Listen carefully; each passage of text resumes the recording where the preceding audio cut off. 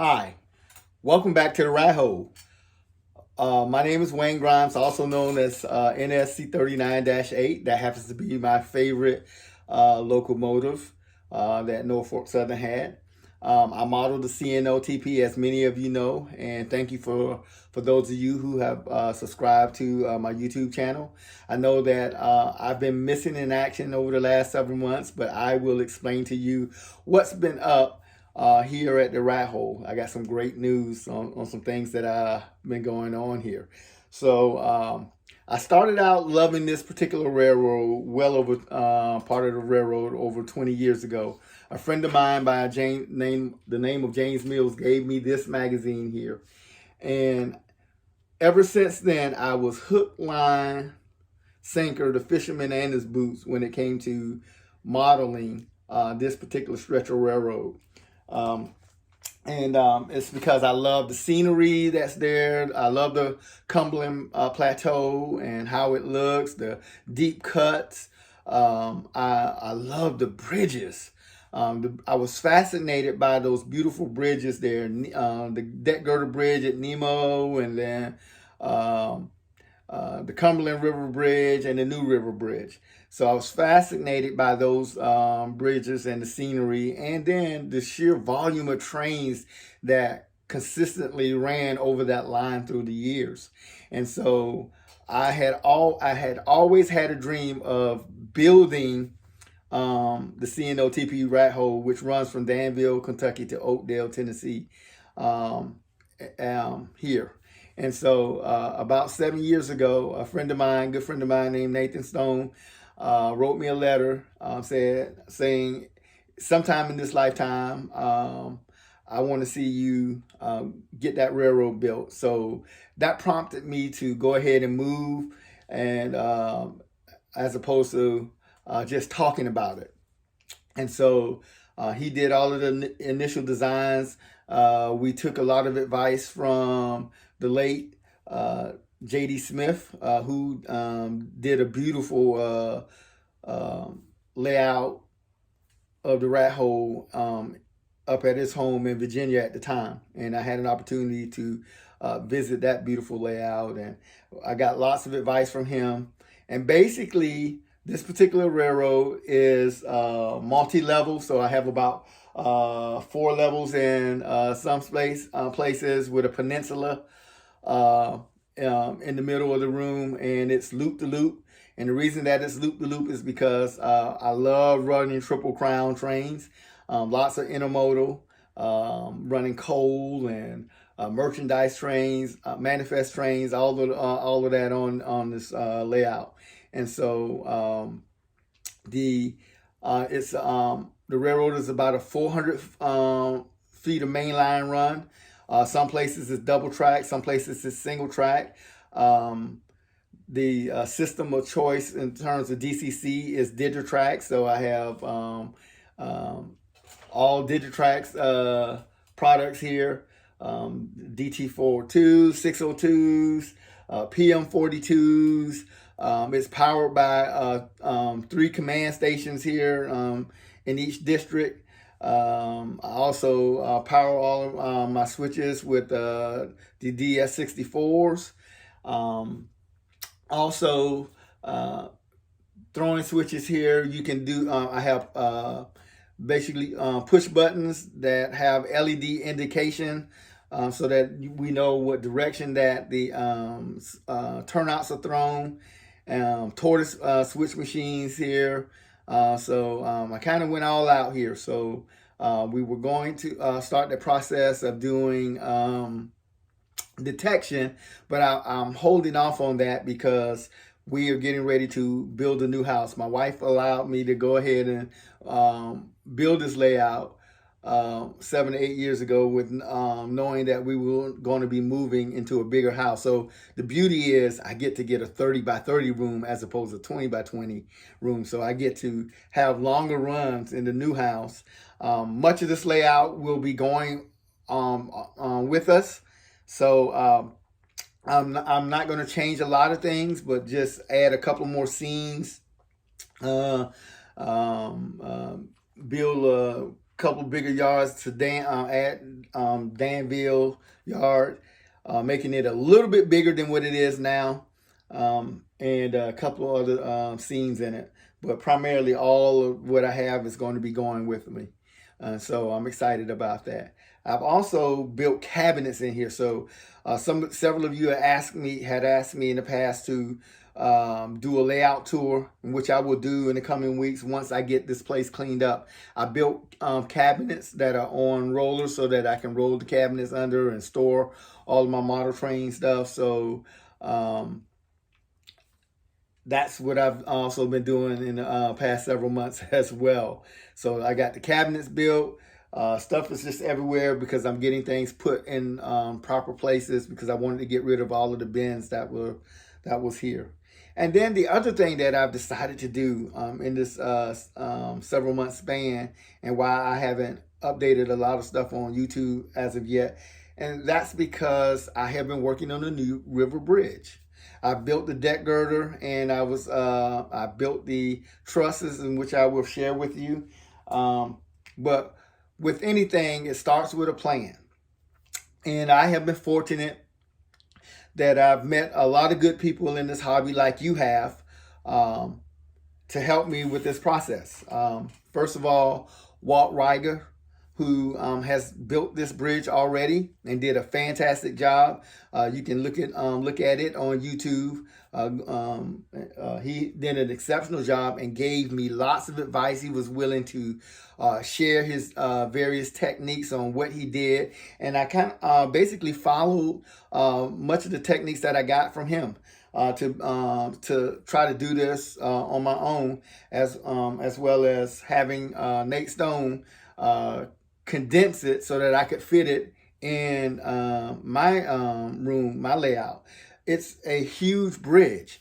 Even the scale down version is very big. This thing is well over 4 feet long, and I'll be sharing that with you. I also plan to do the Cumberland River Bridge, which is kind of the sister bridge of this new river bridge, and it's double track. So that will be the next thing that I take on when I get situated in the new house and get my layout rebuilt. Then Lord willing, I will start to build the Cumberland River Bridge.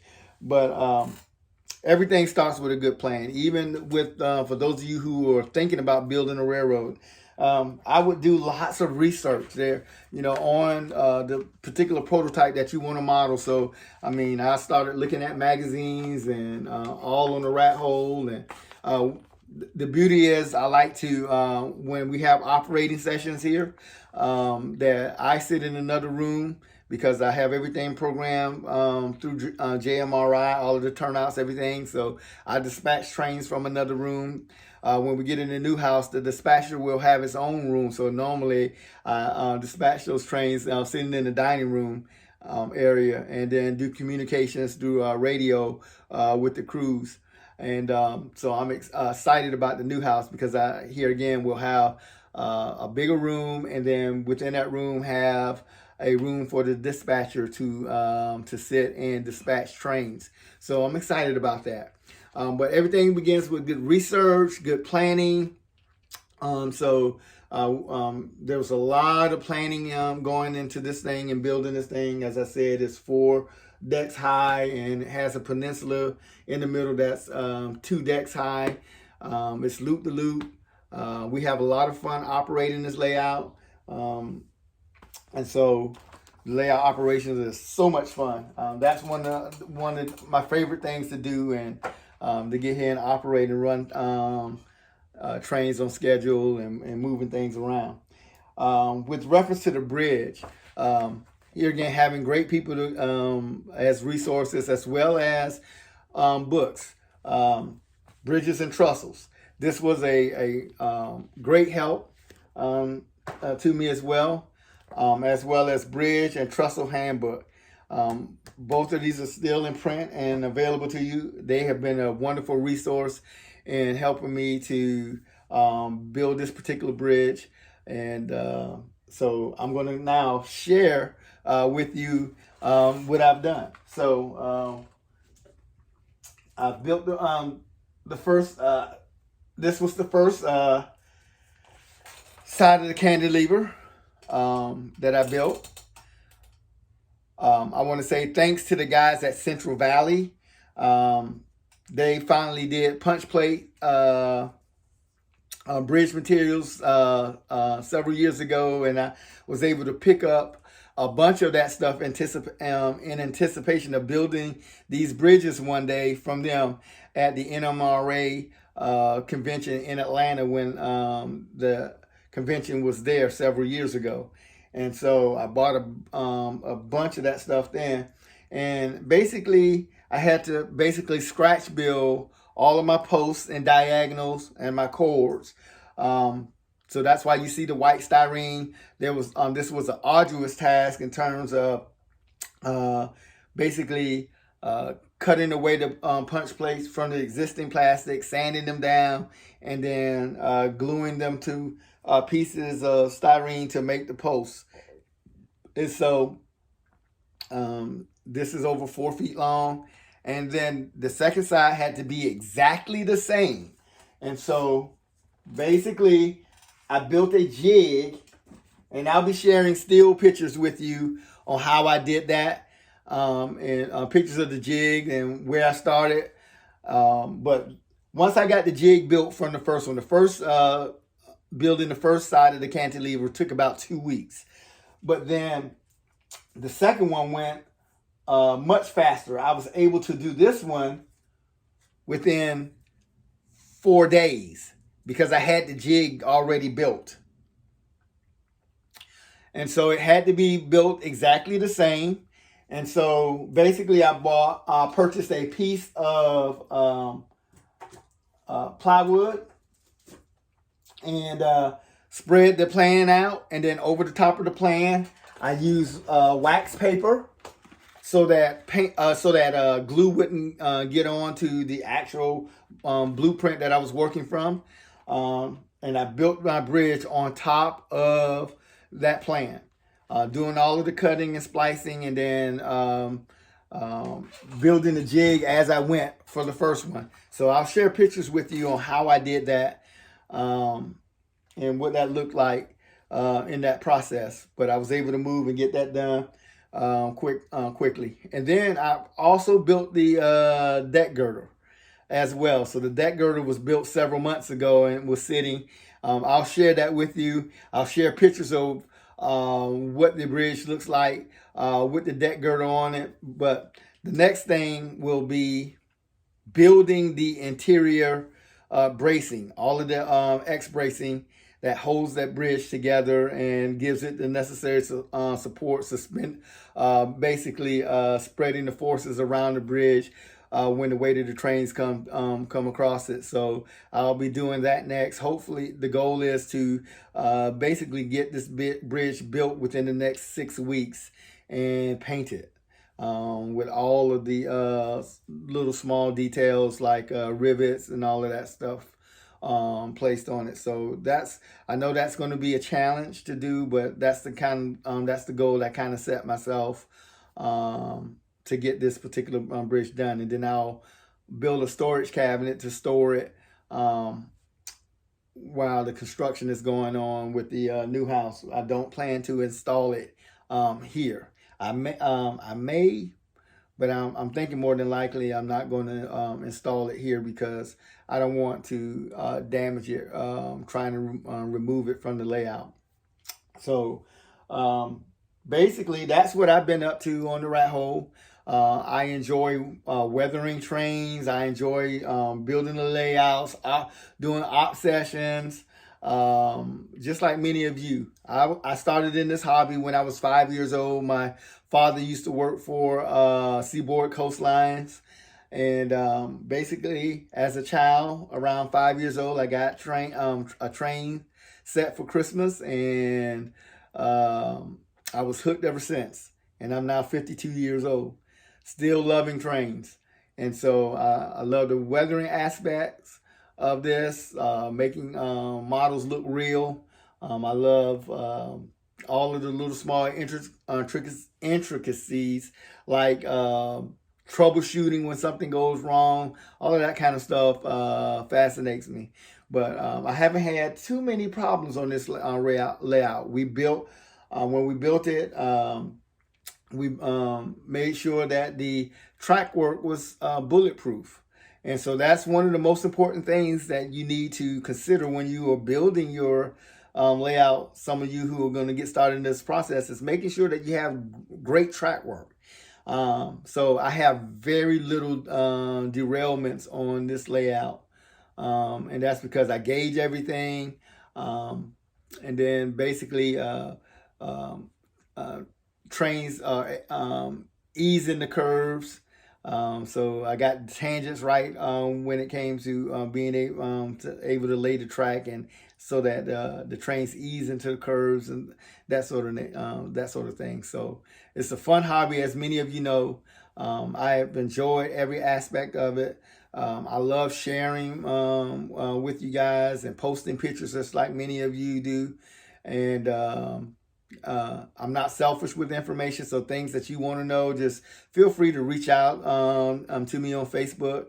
If I can help you, I'm there for you, because I've had, like I said, great people in this hobby to share lots of information with me. I wouldn't be where I am without people like Bob Hart, Bobby Pitts, J.D. Smith, Walt Reiger, Nathan Stone, and there are several others that I've just watched from afar do great things, like Greg Hale with his beautiful Clinchfield Railroad. My mentor in the hobby, one of them, Nate's enjoying his Clinchfield Railroad. So just surround yourself with good people in the hobby. You guys will do fine. Don't be fearful to take on projects. This was my first scratch building project here, and on a major scale like this, building that bridge. And in order to do it, you couldn't buy it, so you had to do it yourself. So you can do anything if you set your mind to it. I look forward to talking and speaking with all of you again. Just wanted to give you an update on what was going on with the rat hole. I'll be posting lots more videos, lots more in the coming days. Cabinets, letting you see the cabinets, things of that nature that I've built to house all of my my stuff. So I look forward to speaking with you guys, and have fun, stay safe, and I'll see you next time.